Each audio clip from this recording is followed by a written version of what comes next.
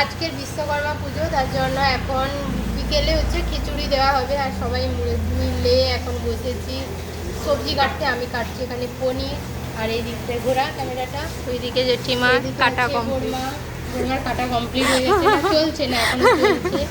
আর ওই দিকটায় জেঠু আছে আর সবাই মিলে খিচুড়ি তৈরি করছে। আর ওই দিকটা আমার ক্যামেরাম্যানই ঠিকঠাক ঘোরাতে পারছে না, তো ওই দিক আছে। আর এদিকে আছে কাকিমা